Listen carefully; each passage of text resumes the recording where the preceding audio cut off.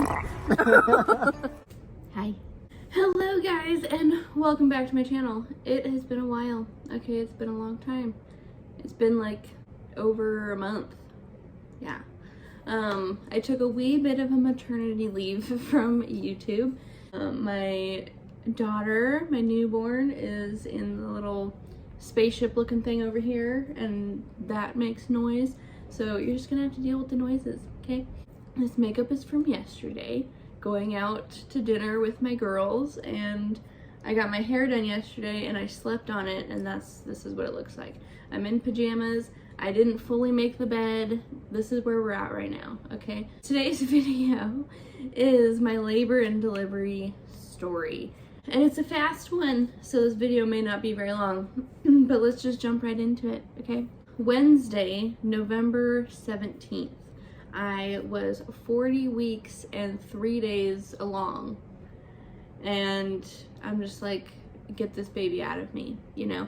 But I had still not gone into labor. So I went to a doctor's appointment that morning, and it was to schedule an induction because she hadn't come and it was time, okay? So they scheduled an induction for the next day, the 18th, and let me know that basically I need to keep my phone on loud, and they could call me anywhere from 6 in the morning to in the evening. And they will call me with updates like, oh, we're too full, or oh, come in now. So I basically was on call to go in. But at that same appointment, she asked if I wanted her to sweep my membranes. And I was like, sure. I didn't really super know what that was. I had just heard other moms say, oh, I got the membrane sweep today or whatever. I knew that it just attempted to induce labor. That's all I knew. Anyways, that really hurt.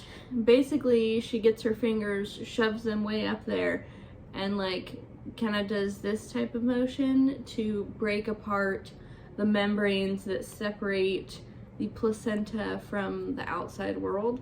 And that's, I guess, 50% of the time it works to induce labor. At 5 o'clock that evening, I started having contractions, and I had been having Braxton Hicks like for weeks and weeks.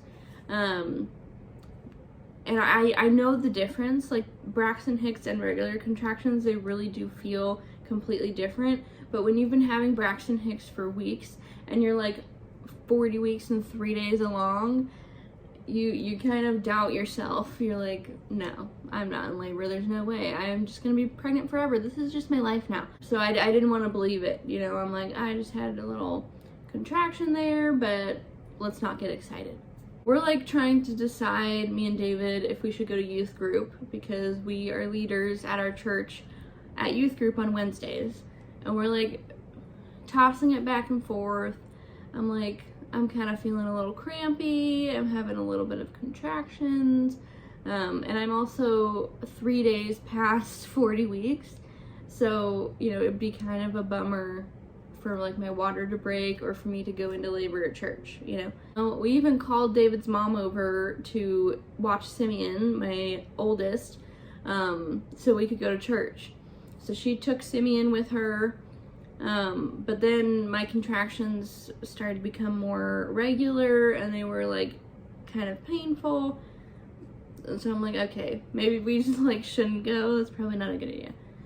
And then literally as we're trying to decide whether we should go to youth group or not, the hospital calls and says, hey, like we're kind of busy, so you can't come in the morning tomorrow, but you know, we'll call you throughout the day and give you updates. And I'm like, well, I hope that you have at least one room because I'm coming in anyways, because I'm in labor. And she's like, oh, okay, yeah, that's fine. I'm like, okay, when am I supposed to come in? Because with Simeon, I came in, they checked me, I was at a 3. Oh, I forgot to say, earlier that morning at the appointment, I was at a 3 already. But anyways, when I went into labor with Simeon, I went into the hospital and I was at a 3, and they said they wouldn't admit me till I was at a 5. And so they made me walk and walk and walk and walk around the hospital until I got to a 5. And my whole family was there. They were watching the Seahawks game in the lobby. and everyone was taking turns walking with me. I don't even know how many miles I walked, but all I know is I walked from like probably 9 in the morning till 5 o'clock at night, or something like that. But anyway, I was trying to figure out when to come in because everyone says your second comes faster, and I did not want to miss my epidural window. Like, I'm an epidural gal. So the advice nurse was like, yeah, you could come in, but they might send you home if you're not far enough along. I just did not want to get all ready, get all the stuff in the car, drive all the way there just to drive all the way back. And so I was really trying to push it. So I decided that since I have the time, why don't I shower, you know, do my hair, shave my legs, like, you know, put on makeup so that I can look cute to give birth. And, you know, to each their own. Some women are like, absolutely not, I'm not wearing a stitch of makeup, like, you know, this is go time. And I was kind of like that with my son, but with this one, I was like, I have time, why not? I ate some waffles. I ate 3 waffles with peanut butter and syrup. If you watched any of my pregnancy update videos, you would have saw I was craving that, because I knew that they wouldn't let me eat at the hospital, so I was getting my food in before I got there, which was a great thing because I ended up staying full until they had to feed me next, so that was great. We decided, okay, we're gonna just watch this episode of our show, one last episode, because we only had one left, and then we'll leave. So during this episode, I'm like laying down on the couch, I'm all ready to go, and whoo, the contractions started to become a little more than uncomfortable, okay? And with Simeon, the contractions really weren't that painful, even when I got to a 5 and I was like walking around. I think that's what helped, is walking around with my family and having them distract me, and the act of walking really helps with the pain. But I was just laying there. I was just laying there with my contractions, and they were quite painful. So I'm like, okay, we need to go, like now. So we hop in the car and we go, and because of COVID, all these different entrances and exits are like closed. So the one we normally go into, that we went into for Simeon's birth, for my nephew's birth, like was closed. And so we're like walking around, I'm like walking around contracting, trying to figure out how do I get into the hospital. So it turns out we had to go into emergency. He asked me all these questions to make sure that I was like actually in labor or whatever. I'm like, well, I'm 40 weeks and 3 days along. And then they like didn't really question anything after that. I went into triage, they checked me, and I was at a 4. So earlier I was at a 3, and then I was at a 4, and my contractions were getting very painful, and I was only at a 4. I was shocked because I got to, I think, a 6 with Simeon before my epidural came, and I was like fine for the most part. But I don't know if it's because it was my second or because she's a troublemaker, I don't know, but those contractions were painful. So anyways, they admit me. They're like, okay, and I'm like, thank the Lord above, because these contractions are ferocious. So David and I did both have to wear a mask. They COVID tested me at that doctor's appointment that I went to, but the hospital didn't even COVID test David, and I was honestly shocked by that. But anyway, so we get admitted. They said, okay, the anesthesiologist is coming. She's like, she'll be here in like a half hour. And that's really soon, honestly. Like, when you get to the hospital, especially if it's super busy, the anesthesiologist is like always like an hour out at the very least. And so the fact that she could get to me in a half hour was great. But I was like in quite a bit of pain. I was willing to go through it. Like, I didn't think that they could give me anything. But then this nurse, who was an angel, loved her. Anyways, she's like, did you want anything for the pain in the meantime? And my mom always said, take all the drugs and extra if they offer. So I was like, well, what can you give me? And they're like, fentanyl. And I did not know what that was, by the way. And I was like, sure, whatever. And so she just put it in my IV, and she's like, okay, this is gonna feel like 4 shots of tequila, And I'm like, great, sounds like a fun time. And meanwhile, David's in the bathroom. Okay, he had been in the bathroom pretty much that whole time. And so he didn't hear any of this. And so he gets back and I'm like, woo, I had tequila. And I'm like doing this with my mask in the air. And he's like, what happened while I was gone? Anyway, so the fentanyl really helped, of course, with my pain. And like right when it was about to wear off, the anesthesiologist came in, and honestly, I had a way better experience with this anesthesiologist than the last one that I had with Simeon. The last one was a man, not that that matters, but he was so nervous. It was like he was shaking almost, and he even messed up once and had to redo it. And I totally understand, like, being an anesthesiologist is a hard job. Okay, you could possibly paralyze people, so that makes sense. But it made me nervous because he seemed nervous. But this girl that I had, she had like this head thing on, and it had like chili peppers on it, but they had Santa hats, so it was like festive but spicy. Oh, we got someone awake. She was like festive and spicy, just like me. And she was like, let's do this, so ready. And so she placed my epidural. She did it so fast, one take, and it worked fantastically. And they're like, okay, we're gonna let you kind of labor down, which they did the same thing with Simeon. And I think that's the thing that really helped my babies come out really fast, is kind of just letting my body do its thing. I can't feel it, letting them get as low as possible, and then continue to check, and once I get to a 10, then push. And so that's basically what we did.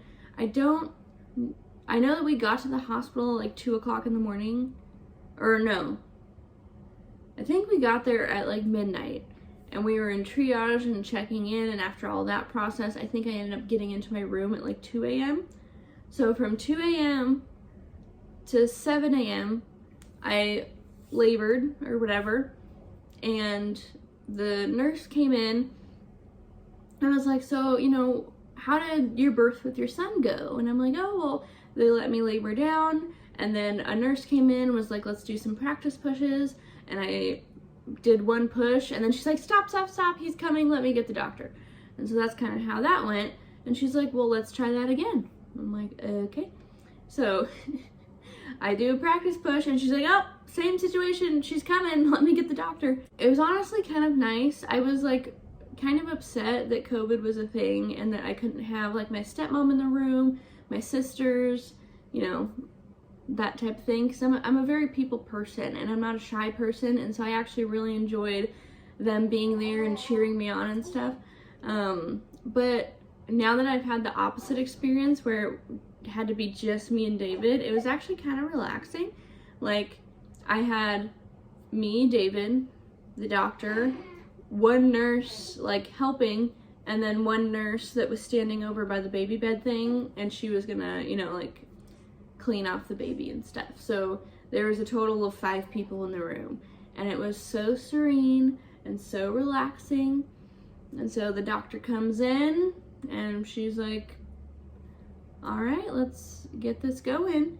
And everyone was just in a calm mood. When I started to like go into like active labor with Simeon, all these nurses and doctors rushed in, and there was already 10 people in the room, and it was just like chaos. But no one was in a hurry, you know, we were just all relaxing. And so she says, push. So I start to push, and basically her head came out. And then I start to push again, and like a little bit of her shoulders came out. But it turns out her hand was like this. It was like stuck up like this. And so I pushed in total for 3 minutes. But it probably would have been even less than that if her hand wouldn't have been stuck, because then they like had to get their hands in there and try to unstick her, because they didn't want her to break her arm or anything.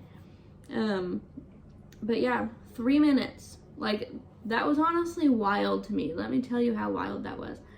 Because Simeon, I pushed for 20 minutes. And honestly, that is not a long time. A lot of people push for hours and hours. So the fact that I pushed for 20 minutes was great. I was happy with that. A lot of people were like jealous of that. So for her to not only come in 3 minutes, painless, but the fact that I went into labor at 5 o'clock that evening and I had her at 7 o'clock the next day in the morning, like, that amount of labor is not very long, especially because I was in labor for 24 hours with Simeon. So that was like a very short amount of time, and so I was ready for her to be here, but I was almost shocked that she was here. Like, it was so fast. It was like she wasn't here and then she was. On November 18th of 2021, our daughter, Annalise Lynn, who was yelling at me, she wanted to join the party. Anyways, our daughter, Annalise Lynn, was born on November 18th at 7 something in the morning. This is my second kid, so I don't remember. I'm sure I could find out, but I don't really care. And she was 6 pounds, 14 ounces. Oh, she gave you guys a smile. Anyway, so she was little. I had one tear, but it was like a cosmetic tear, and so she stitched it just to make things look good down there, but it wasn't anything serious, and it was pretty darn painless. She breastfed right away, no problems at all, which seriously made me want to cry because Simeon would not breastfeed for the first month, and then my milk supply went down, so he was half formula, half breastfed, which is totally fine. Fed is fed. I have no, like, regrets. But it was just nice not to have those issues because he dropped weight and I got all scared and blah, blah, blah. So she has been just a champ. Within her first month, or no, her first 2 weeks. So at her 2-week appointment, she had gained an entire pound and was 2 inches taller. And now she's gained 2 pounds, and I don't know, like, if she's even taller now, but everyone's like, she's so small. And I'm like, no, she was small. She was 6 pounds, to the point where we had to go out and buy preemie clothes because the newborn clothes, she was just swimming in them. The sleeves were like twice the length of her little arms. And so we went out and got preemie clothes for her. She likes you guys. She's smiling. Anyways, but within the first like week, she quit fitting in them. So we had to like donate them. So she fits in newborn clothes now. But it has honestly, it's been more chaotic, more messy, but absolutely wonderful. And newborn stage is hard. I talked about this in like pretty much every video, but I'm more of a toddler mom. Like, this stage is so incredibly precious. It is, I promise. It's so incredibly precious, but I like when they can communicate more than just screaming, you know? She's an absolute angel, except from 9 o'clock at night to 2 o'clock in the morning. She like screams.